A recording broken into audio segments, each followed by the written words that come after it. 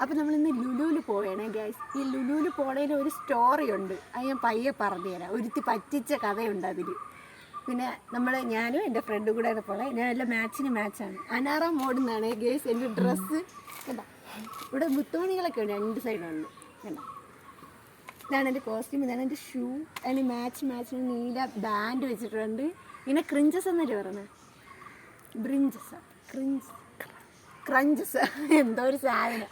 പിന്നെ വാച്ച്, എല്ലാം മാച്ചാണ് ഗൈസ്. അപ്പോൾ നമുക്ക് പോവാം, കാണാം. ഇനി ആ സ്റ്റോറി പറയാം ഗൈസ്. എല്ലാ ഗ്യാങ്ങിലും ഉള്ള പോലെ നമ്മളെ ഗ്യാങ്ങിൽ 4 പേരാണ്.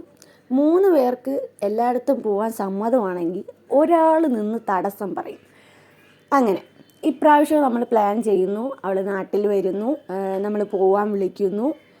കെഞ്ചി അങ്ങ് അറ്റം പറ്റി റിക്വസ്റ്റ് ചെയ്യാൻ പറ്റുന്നതിൻ്റെ അങ്ങ് അൾട്ടിമേറ്റ് ലെവലെത്തി നമ്മൾ. എന്നിട്ടും അവൾ നമ്മളോട് വന്നില്ല.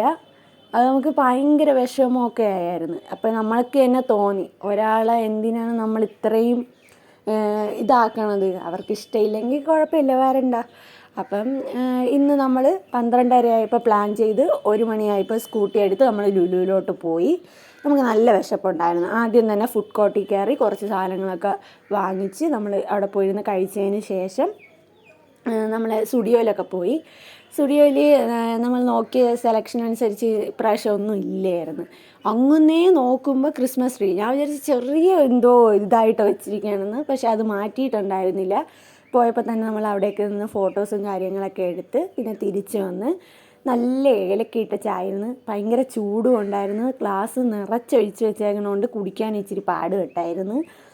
അങ്ങനെ ചായ കുടിച്ച് ചേഴ്സൊക്കെ പറഞ്ഞ് നമ്മൾ അവിടെ നിന്ന് ഇറങ്ങി ഗൈസ്. ഇത് ന്യൂ ഇയറിൻ്റെ തലേ ദിവസമാണ്, പക്ഷേ ഞാൻ ഇത് എഡിറ്റ് ചെയ്യണത് ന്യൂ ഇയറിൻ്റെ അന്നാണ്. അപ്പോൾ എല്ലാവർക്കും happy new year, bye bye.